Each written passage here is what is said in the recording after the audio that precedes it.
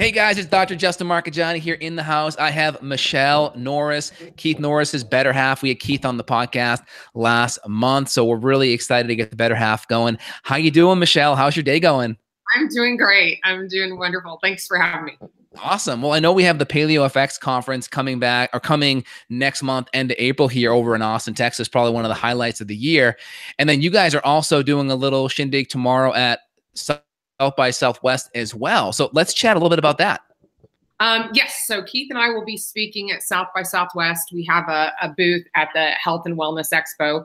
What's really cool is, of course, it's at Palmer, so it's like home for us. Yes. So it's kind of almost like a little bit of a little heart attack when we walk in today. I'm sure when we start fully moving into our booth today, because it's like, oh crap, our event's like a little over a month away. So yeah, we're excited.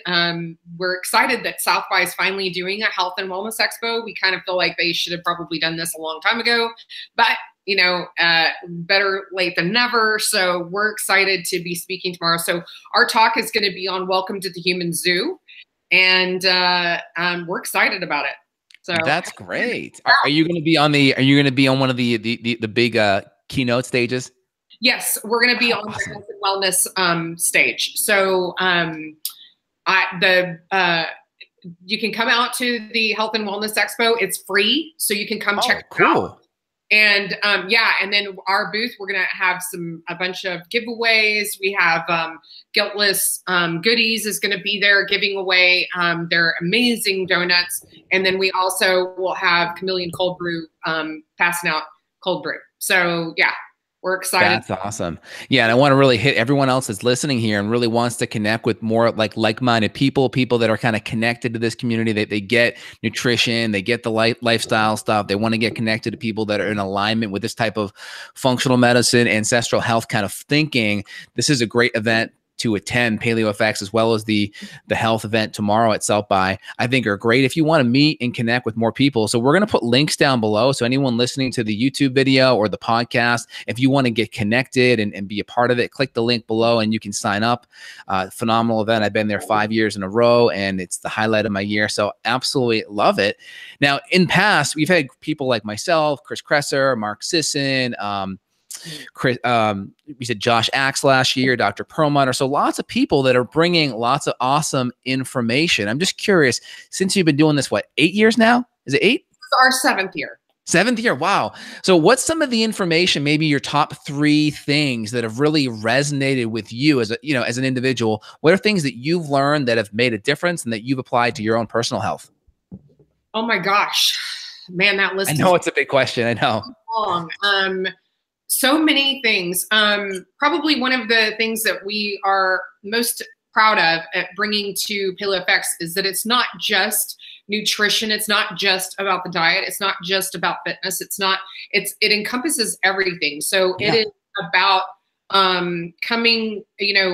happiness, mindfulness, about entrepreneurship, sustainability, you name it. We kind of run the gamut. Spirituality.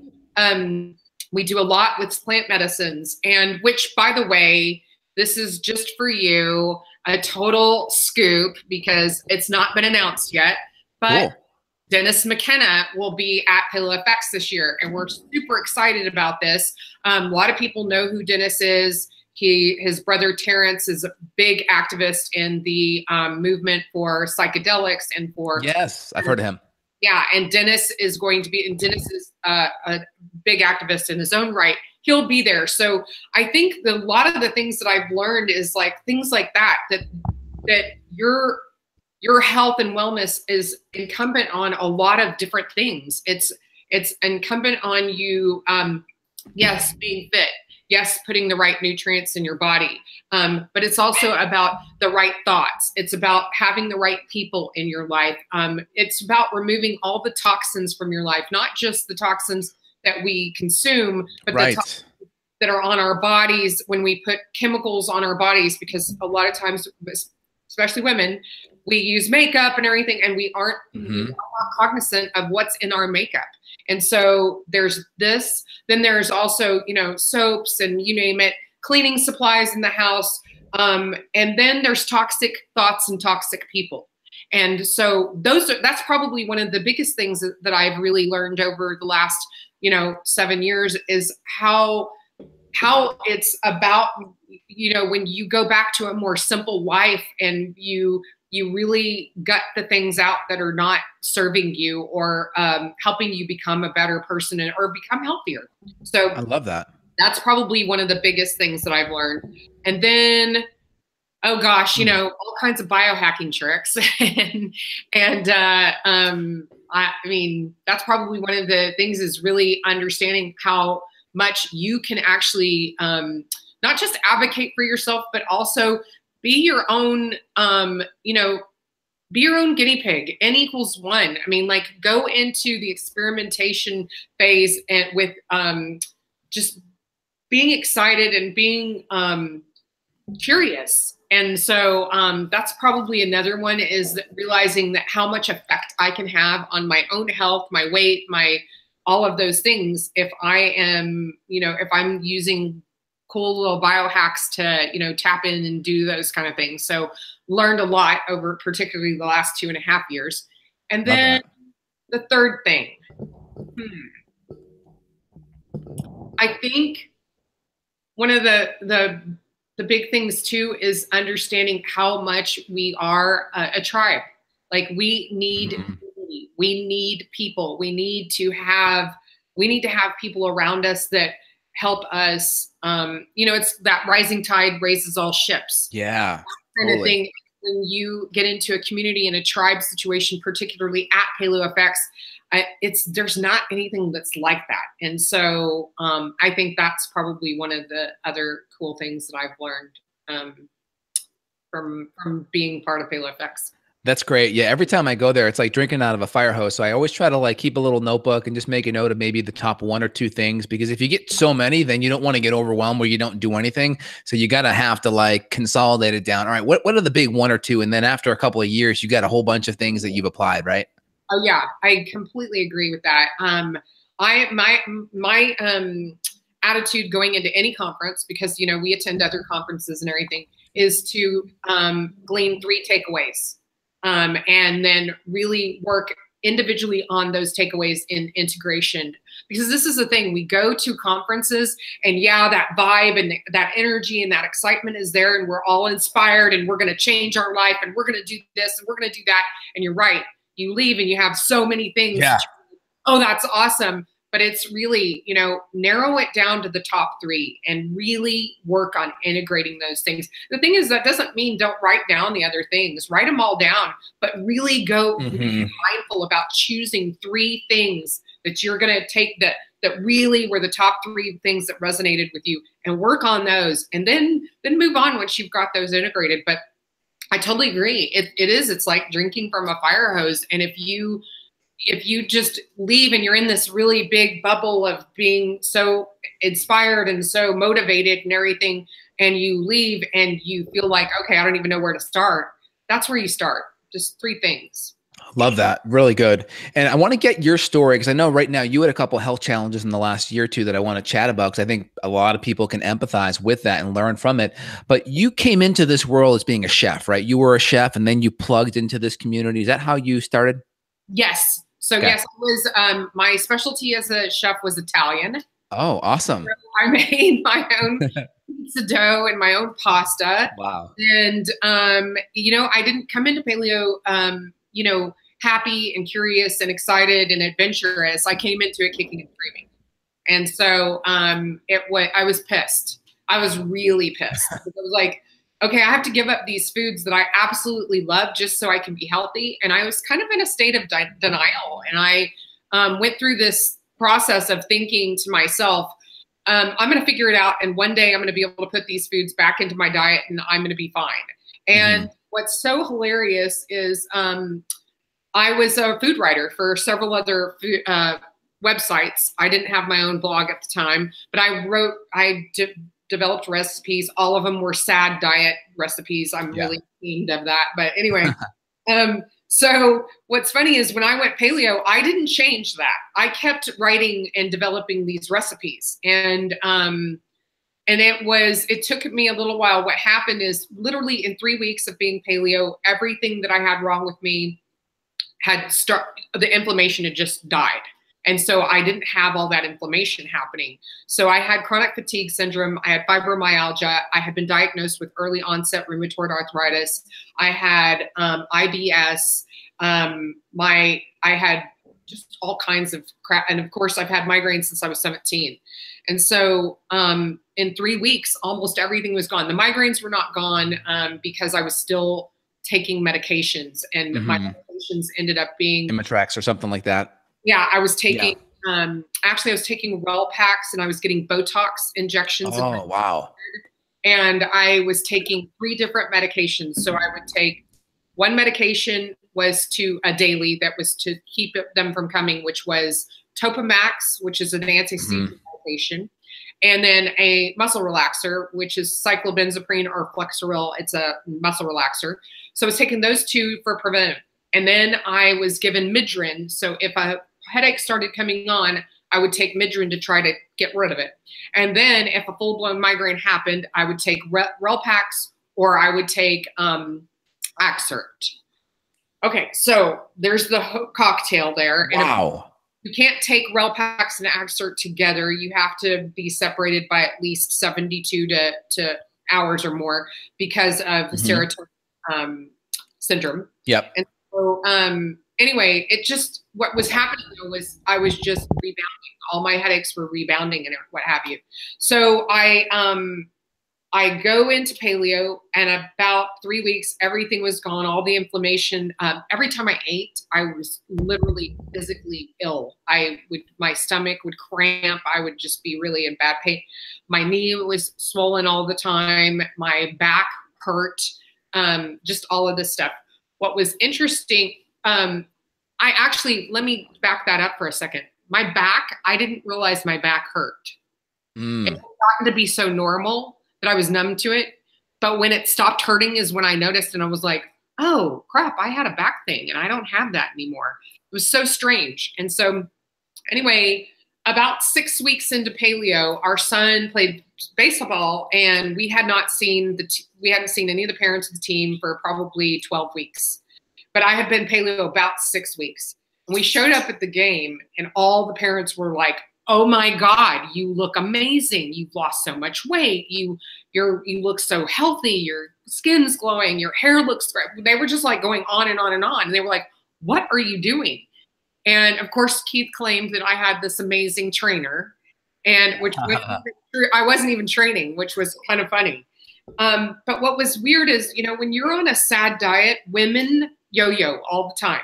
Yeah. Go up and down. So you can have any range of sizes in your closet, and it's a normal thing. So you don't even notice when you're losing weight or when you're so you're just going back into, this is just the normal thing you do. You just do this yo-yo thing.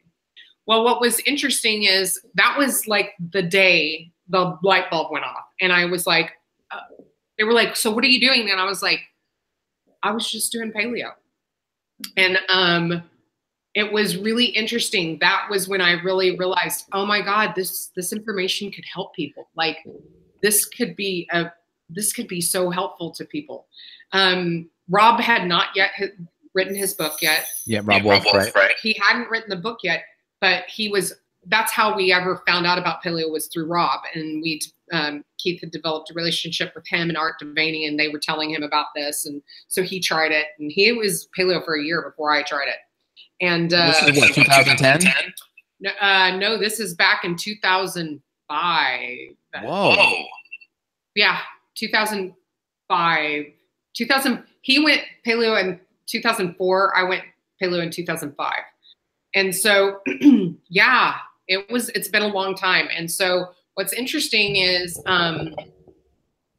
we I don't know, when that happened, that's when I stopped writing for the other blogs, and I did my own website. And so, yeah, like I said, I came into this kicking and screaming and completely in denial. But Keith says the day that I figured that out when we went to that game was the day a paleo evangelist was born.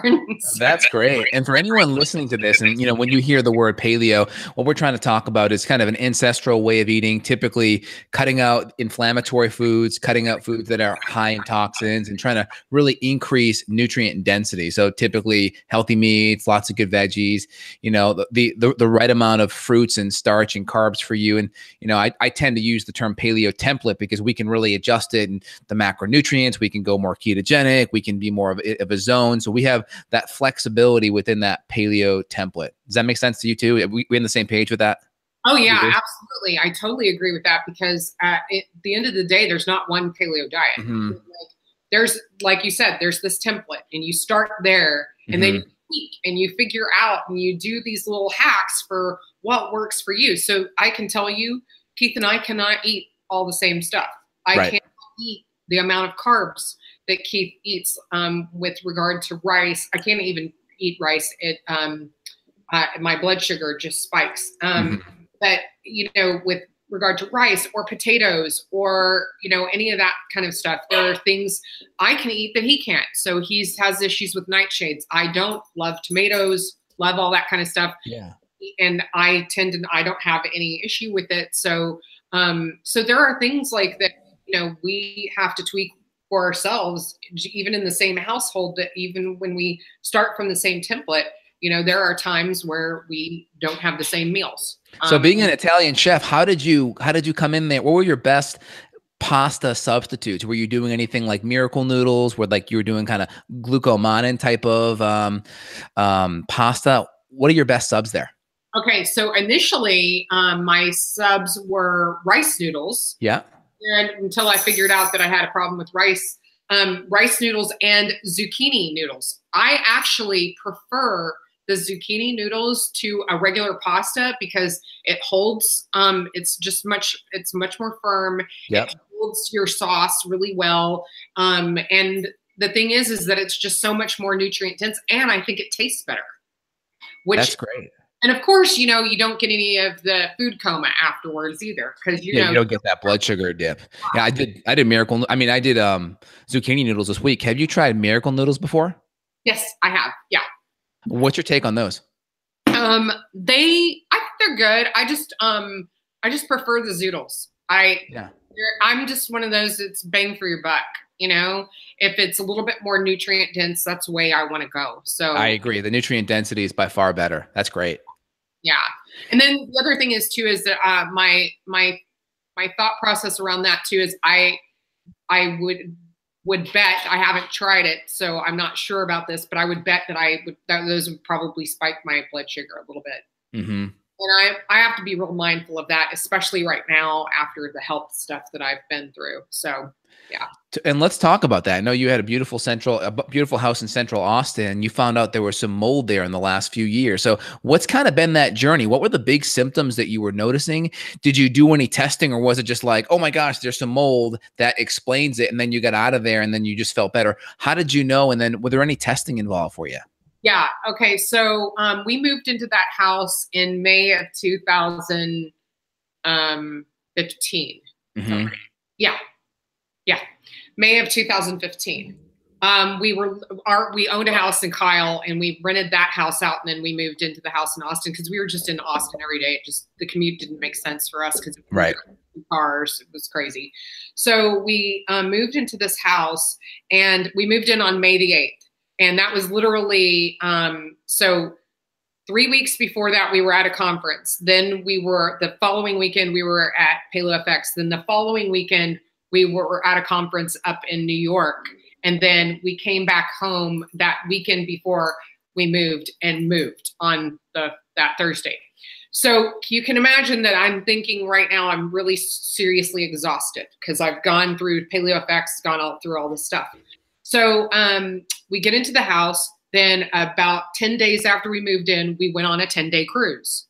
Then we came home. So that puts us towards the end of May. By June the 10th, I couldn't get out of bed. Oh my gosh. I was like, what is happening to me? And I just thought that I was exhausted from all of that. That's what I initially thought. But then things just started not adding up. I just was like, okay, I was sleeping a lot. And I was just like, okay, I should be getting better. I should be feeling a lot better. I wasn't. So I started really just doing some research and immediately came to the idea that there was mold. Well, we had a landlord. So we went to him. He said, absolutely not. There was no mold in the house. But I was like, I don't know what this is. This is crazy. And let me go back just a little bit. In March, I went in and had all my blood work done, and they had confirmed that I was in full menopause. And they said, whatever you're doing, though, I was doing ID nutrition and I was also doing paleo. They were like, whatever you're doing, keep doing it because your blood looks great. Your hormones look really good. We don't need to give you any hormones. Anyway, sorry, I have dogs here. I apologize. It's all good. So they were like, you don't need any hormones. So June 10th, I can't get out of bed. I start doing all this research. And then I thought, oh crap, maybe it's my hormones. So I go in, I have literally zero hormones, none. So they put me on hormones. I start feeling a little bit better, but not quite that good. And so I'm just like trying to figure out what's going on. And then October 15th through November 10th, I gained 28 pounds. Whoa. In less than 1 month, I gained 28 pounds. And so I was like, okay, what's going on? Well, a friend of ours who happens to be a hormone specialist was in town. We were talking to her. I was asking her about it. She says, well, what kind of hormones are you taking? And I told her I was taking a combined estrogen and testosterone cream and a progesterone pill. And she said, she goes, just from what you're telling me, she goes, I'm betting that you're one of that small minority of women that cannot take, and she goes, this is new evidence that's coming out, that's starting to come out, that you are one of those minute number of women that cannot have their estrogen and their testosterone together. They need to be separated by 12 hours. I was like, okay, well then that was a battle with my doctor. Like it took me 2.5 months to get him to get that separated. Yeah. And then finally I was just like, look, I'm not going to keep doing it. So you need to, I need the hormones. So you're going to have to do it my way. And so finally he gave in. Well, I dropped all the weight like pretty quickly. But what I realized later was I was literally spending every day at the office, not at the house. Like literally if I had to work, I had to pull my computer into bed. It was that bad.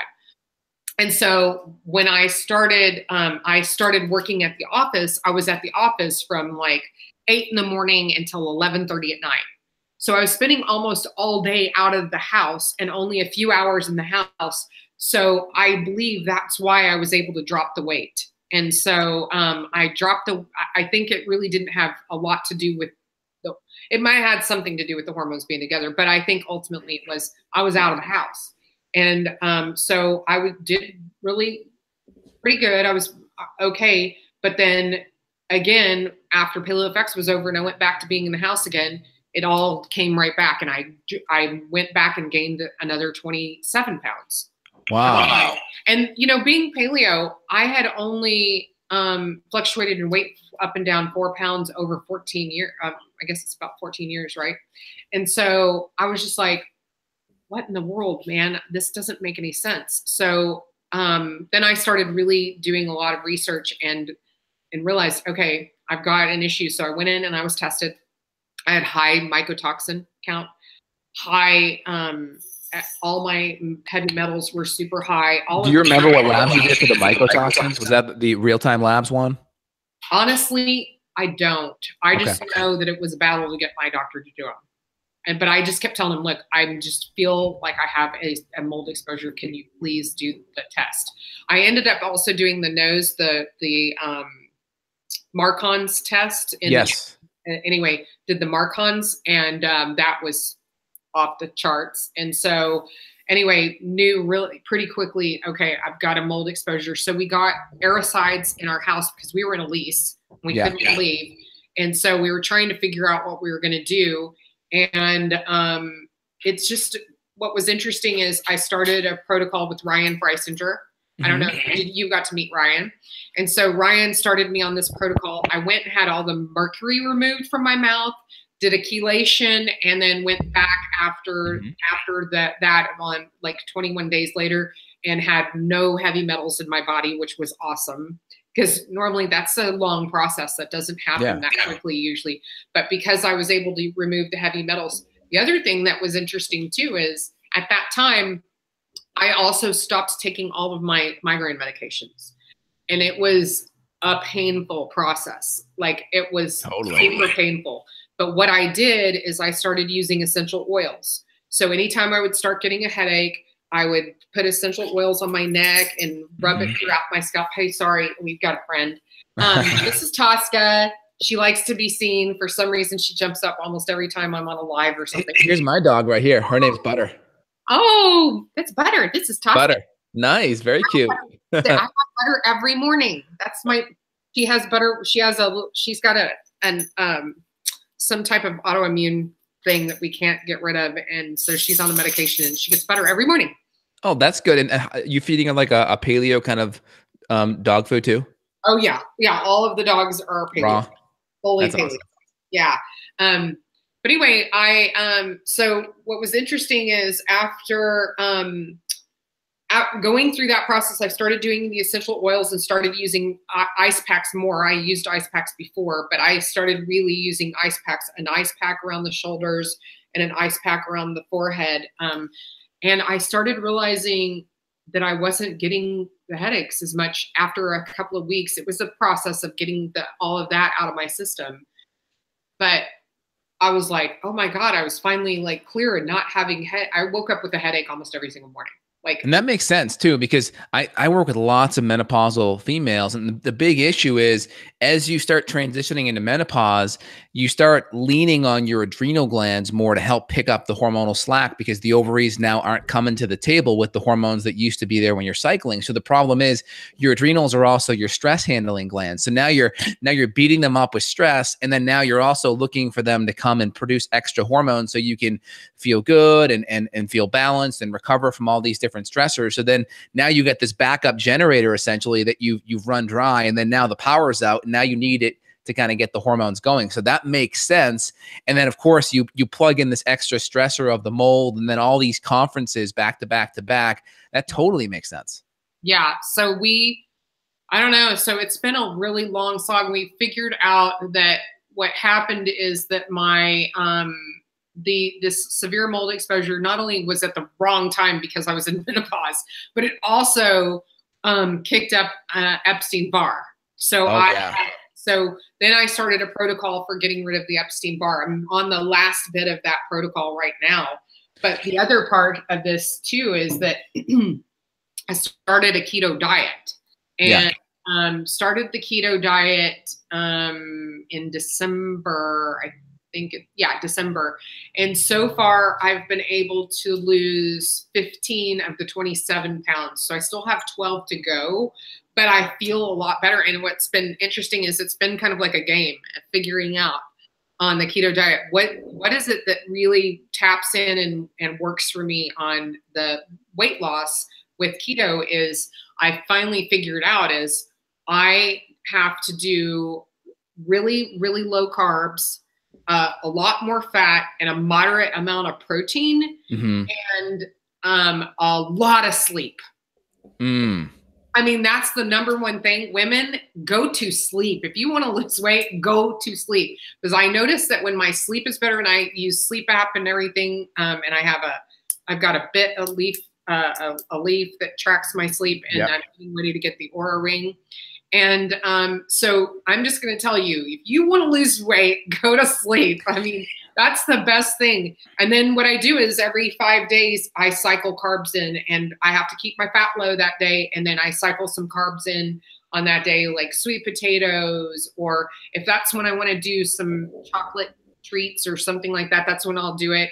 Or some kind of, maybe I want tortillas or whatever, but I have to really watch that. And, anyway, and then I will like lose weight, especially if I go to sleep. The other thing is too, is that I sauna almost every single night. I do it in sauna. So you do a sauna in your house? What kind do you have? I have a Sunlight. Oh, So cool. yeah, I had this other sauna thing. Sauna space? No.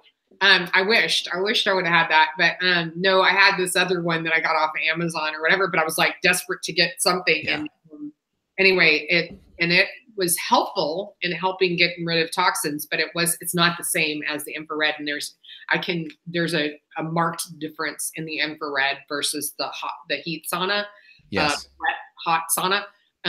Marked difference, for one thing, in my sleep, and just in my skin too, and just knowing that I'm getting rid of toxins. I don't know. And that's interesting that you talked about the sleep, because there's a lot of research showing that if you cut down your sleep, it actually can make you pre-diabetic, meaning it's really increasing your blood sugar level. So a lot of people, especially in like the paleo natural health community, they're like, oh, let's cut our carbs, let's increase our fat, let's lower our blood sugar via our diet and maybe exercise too. But people forget that you can throw your blood sugar off with poor sleep. So that makes sense, maybe why that sleep was making a huge difference. Also, it's, repairing your body and all that too, with all those good anabolic hormones as well. Oh yeah. And I couldn't agree with you more. So I test my ketones and I test my blood sugar not every morning, but every couple of days. And last night I, for some reason, did not sleep well. I think we've just got a lot going on, and my brain could not shut down no matter what I seem to do. And I don't meditate before I go to sleep. And it was interesting. Last night, I ended up only sleeping about 4.5 hours, and I woke up and my blood sugar was 102. And I was fully keto yesterday. So that is a definitive, I completely agree with you there. Your sleep is a big indicator of whether or not you're going to be able to help control your blood sugar and keep that down. But I had 4.5 hours of sleep last night, and my blood sugar was 102, and I had exactly 12.4 carbs yesterday. So wow. And how are you testing your ketones? Are you doing the new Keto Mojo, or are you doing the Abbott Precision Extra one? I'm doing the Precision Extra. Yeah, that's what I have too. I got mine right here. I test a couple times a day. Yeah, mine's right there. Anyway, that's cool. Yeah, so I do that, and I will test my ketones and then my blood sugar. And that was the other thing, is it knocked me out of ketosis. Yeah. It's weird. I was like, wait, how? Okay. And then I realized, okay, it had to do with my sleep. So when I sleep good, I wake up, my blood sugar is pretty even, around 82 to 85. And I usually have my ketones are at a 0.4, 0.5, around there. And I don't know. So yeah, sleep is the big one, ladies, men. Totally. And I'm just curious, how are you applying your keto paleo template? I know you kind of cycle up and down. What does that look like for the listeners? What's a breakfast, lunch, and dinner? And then do you apply any intermittent fasting? And then what's your frequency for cycling those carbs in? Yes. So I do intermittent fast. I am on a 6-hour feeding window. So right now I'm in fast. I do most of the time in the morning. If I'm going to do anything, I will. I'll do sorry, I had a dog come up again. We have 4, so I apologize for all the barking and stuff. But so I'll do like a bulletproof type chai. I don't do. I don't do coffee. I've been decaffeinated for years, but I love decaffeinated coffee. But I find that I have to have cream with my coffee, and that's just too many carbs for me. So I do a little bit of butter and some MCT oil and some chai, and I actually really like that. And so that's usually what I do in the mornings if I'm going to do anything. I will usually have for lunch, I start eating right around 12:30, 1 o'clock, somewhere around there. And I will have maybe a couple of eggs, a couple of slices of bacon, and an avocado. And then in the evening, I have to finish eating by 6:30. And I generally will have some kind of complex carb, like, I'll have cauliflower or broccoli, or I'll have some kale, or a little salad, and about 4 or 5 ounces of protein. And that's it. And then if I want I need a little extra fat, I have these little fat bombs that have no carbs in them. So it's just cacao butter and sorry y'all, it's a little bit of cacao butter and a little bit of erythritol. Oh, that's great. Yeah. Anyway, and I'm gonna hurt some dogs. I'm sorry, y'all. It's okay. No worries. No biggie.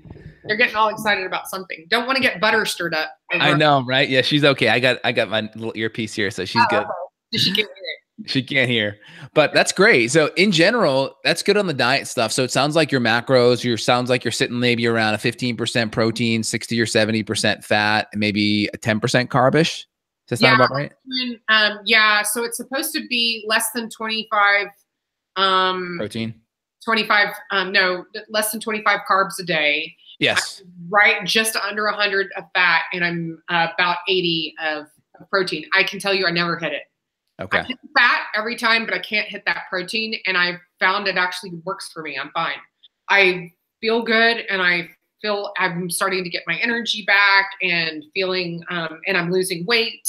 And yeah, I found that I've pretty much got it dialed in now, what I need. That's good. And you feel like even though you're doing the 6-hour window IF, you're okay with doing the fat in your chai tea in the morning. So like you wouldn't count that as part of your feeding window in the morning when you have that. No, yeah. When I do have it, like I'm having it today, so I'll end up I just started drinking it about 11:15, right after you and I had made it and then set it down. So 11:15. So then I'll pull my window down a little bit and eat. Make sure I'm done eating probably like by 6. So my feeding window is supposed to be 6 to 6.5 hours. Originally, Ryan wanted me to be in a 9-hour and then to shift to the 6.5 hours over the 6 months. But I found I was automatically doing it. Like that was where I was at. So I was like, okay, I don't have to worry about it. I'm just going to stay there. So. And do you notice a big difference going from like 6 to like 8? Like, was there a big shift for you or?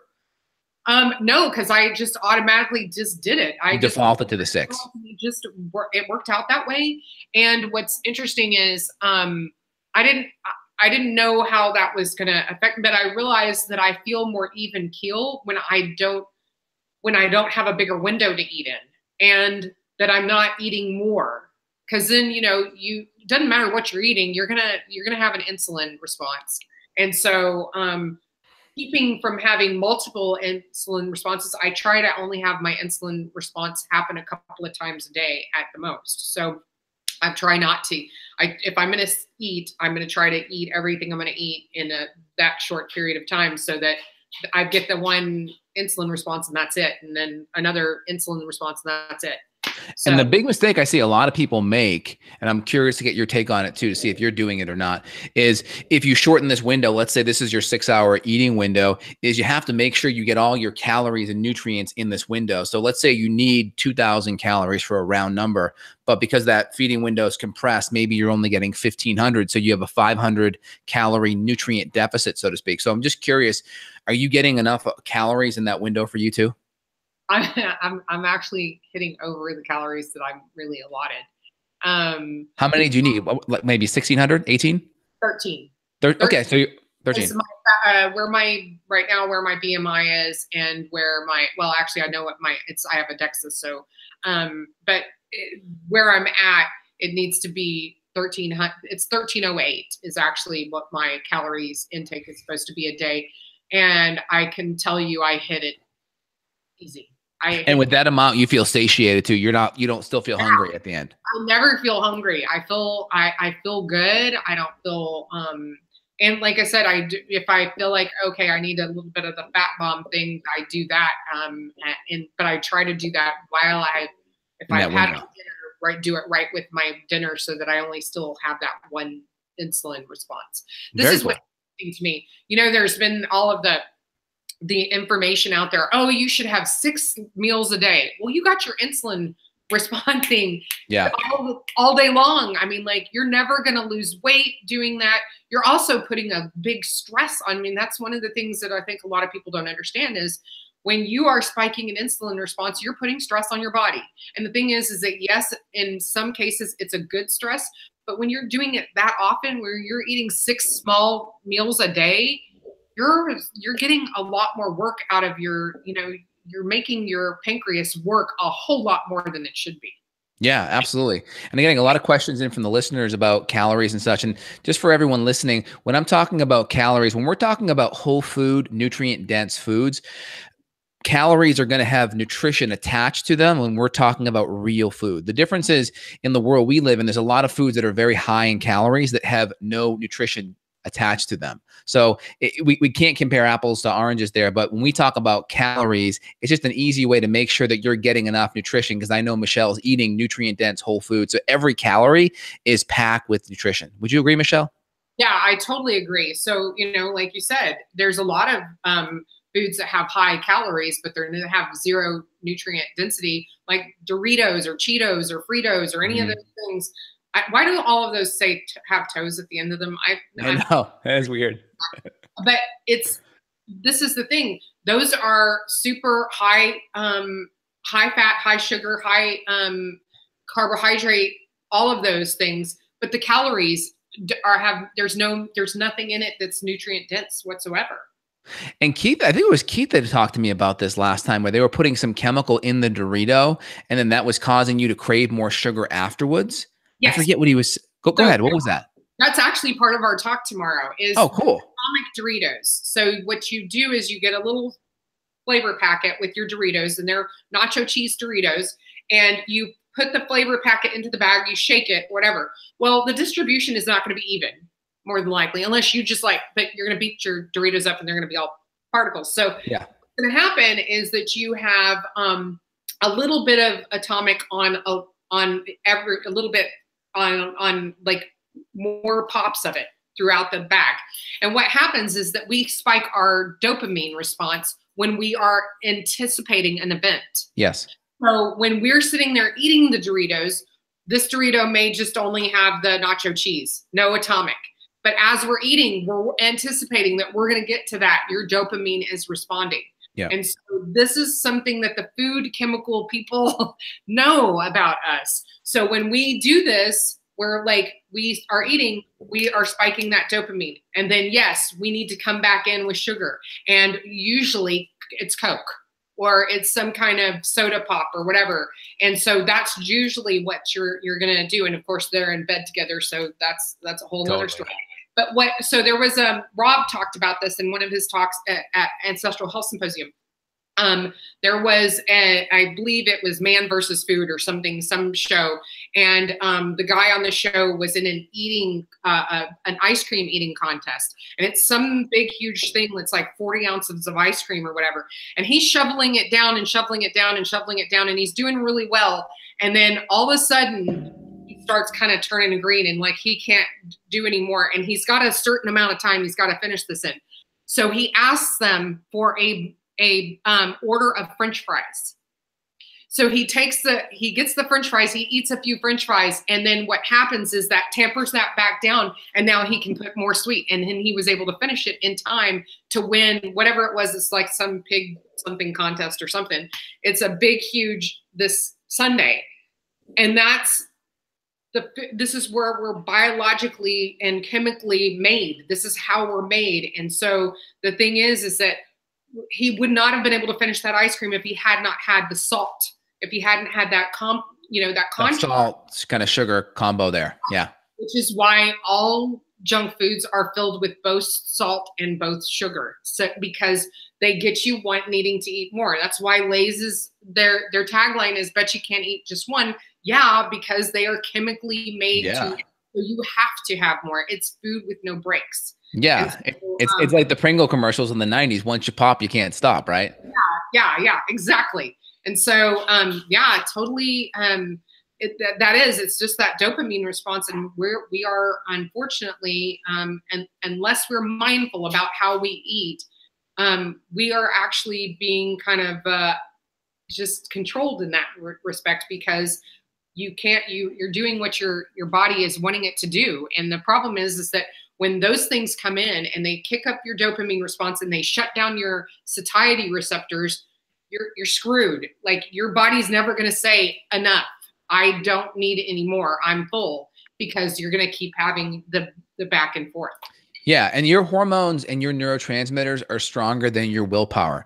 So if you don't know what's happening and you're eating certain foods that are throwing your hormones and your neurotransmitters off, dopamine, etc., and causing blood sugar swings, that's going to take away any willpower you have. So the first thing you need to do is, well, just put good things in your house, and then that's going to start shifting your hormones and your neurotransmitters. Then you can start choosing the right foods. And if you start getting more fat adapted, you start getting more ketones in your system. And ketones are actually very satiating. They really connect the brain, the part of the brain, the apostat that controls satiation. It really talks to it and quells those cravings. So then when you're making decisions, you can make it based off of what's best for you, not feeding that beast of the, those neurotransmitters are bouncing up and down like you mentioned. Oh yeah, no, I mean, it's like having a monkey on your back and you're constantly having to feed that monkey. Yeah. It's like, I really equate that to an addiction. Like it's the same thing. It is exactly the same thing for somebody that's addicted to some type of drug. We get addicted to, we need the sugar, we need the salt, we need the sugar, we need the salt. We are addicted to that. And so, and the thing is that it's hardwired into the way we were built as humans. So we can't like go against the biology. What we have to do is learn how to work with it and learn how to not become a kind of a pawn in the food manufacturer's game. So. Yeah, well, this information, people can be empowered. So I love that. That's phenomenal. And then real quick too, I want to just kind of just back up a little bit. What did you do to help lower the mycotoxin levels outside of just the obvious, like, you were renting your house so you can move out, which is convenient, but what were you doing on the supplement side? I know you mentioned some sauna stuff. What supplements were you doing as well? Okay. So I do ID nutrition, which is customized to me. And so then the other thing is that I had some EBV virus protocols that Ryan had gotten for me. So I was using those to try to help get rid of that. And that was the Epstein-Barr virus. And what was that? Were you doing monolaurin or reishi or cat's claw? What kind of antivirals were you doing? I'm going to tell you, it's Epstein-Barr protocol. It is by, I'm trying to see the bottles over here because I'm like, what is that company? Hang on, let me grab it.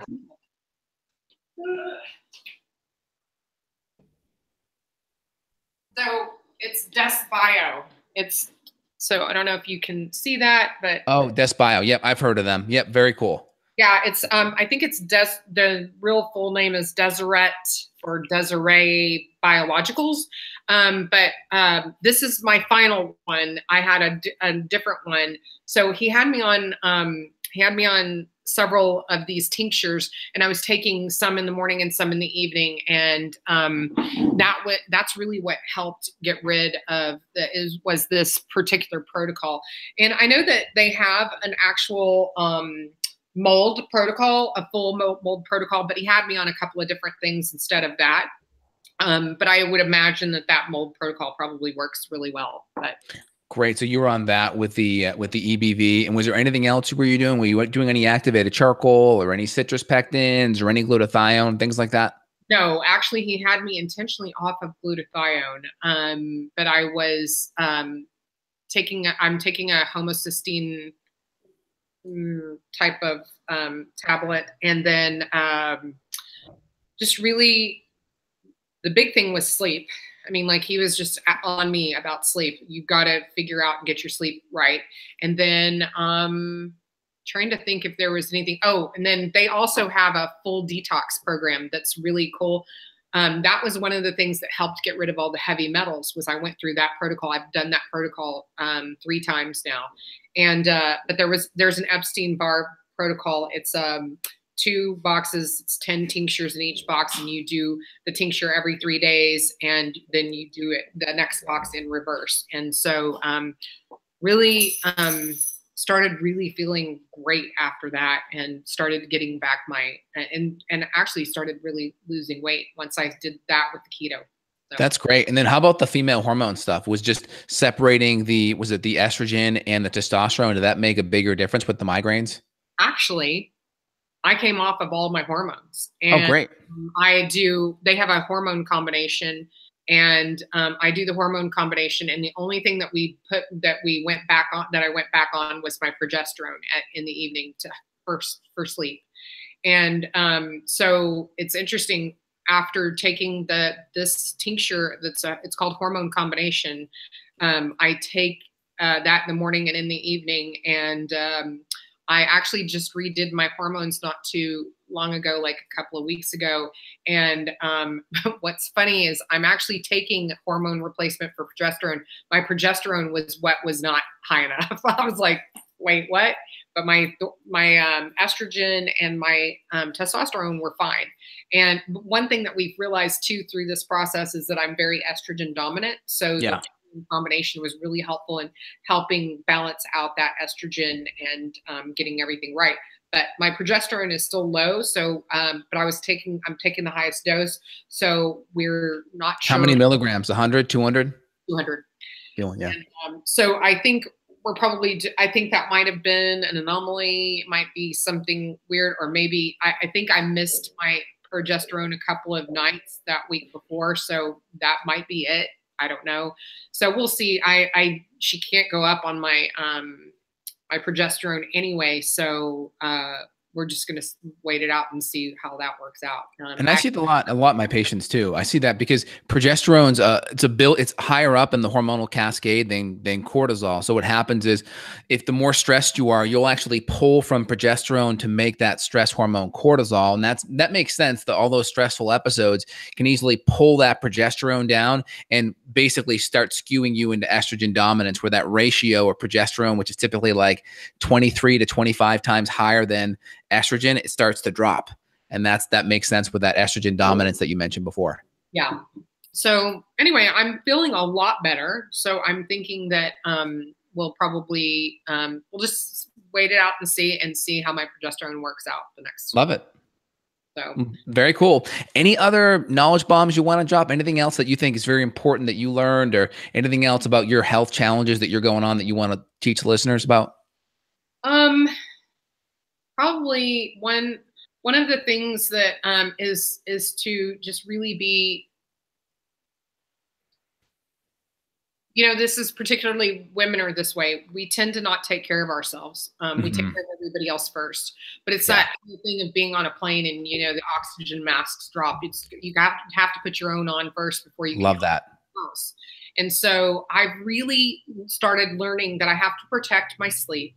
I have to protect my time to take care of myself and not feel bad about it, because the thing is that a lot of people depend on me. And if I am not able to do what I need to do because I'm not taking care of myself, then I'm letting them down anyway.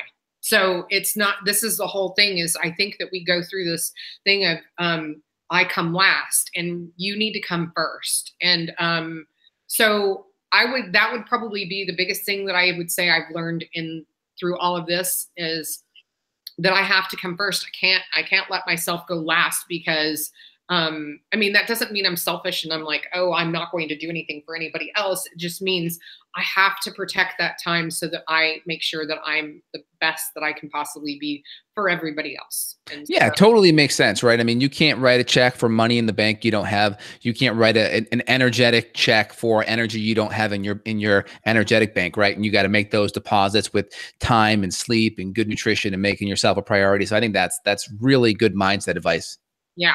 And then the other thing is I take a lot of time for myself in the morning and in the evening to bookend my day. So I usually do some type of meditation in the morning and some type of uplifting reading. And then in the evening, same thing. I do the same exact thing. I do meditation and I do some type of uplifting reading. One of the things that I noticed that I cannot do at night is that I cannot read self-help books because then my brain starts going and I'm like, oh, I want to get up and I need to go do this and I need to go do that. And so I have learned to read things that are uplifting, but they're not going to make my brain start going. So. Love it. That's phenomenal. Well, I urge all the listeners to head over to see the South by Southwest talk at the Palmer Health Event Center with you and Keith tomorrow. That is phenomenal. That'll be March 10th for any of the listeners listening live. And then PaleoFX is going to be the last weekend in April this year? Yes, the 27th through the 29th. And then we also have Health Entrepreneur FX, which is the day before for anybody that's in the space. And we have JJ Virgin and Dr. Mercola will both be at the Health Entrepreneur FX. And of course, at PaleoFX, Sarah Ballantyne. It's packed. Yeah. Like, Chris Kresser, Rob Wolf. Yeah. The gamut. That's great. Yeah, incredible. But we have, Dr. Perlmutter is coming back this year. We have, like I said earlier, we have Paul Check, which great. I'm excited about him. JJ Virgin, Dr. Mercola. I am like so losing my mind here. There's so many people. You got like 50, 60 people there, but PaleoFX.com, you'll have all the speakers listed there as well. I'm excited to be back too. Yes, it's going to be an incredible event. I'm excited. We're making a lot of changes to this this event this year. We also have the On It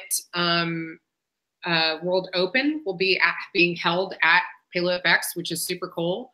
We have pole dancing will be at PaleoFX. Wow. And I'm really excited about all these things because I think they're going to be add a really cool element of fun, and it's just going to be a great show. Love it. Well, we'll put the link to get your tickets and everything below here. If you're listening or you're on the podcast, click the description there, and PaleoFX.com for more info. Awesome, Michelle. Well, thank you so much. I'll do a little video here. I'll put it out in the weeks before PaleoFX comes out of my top 3 things I've learned at PaleoFX. I'll put a little plug out there. I asked you those 3 questions earlier.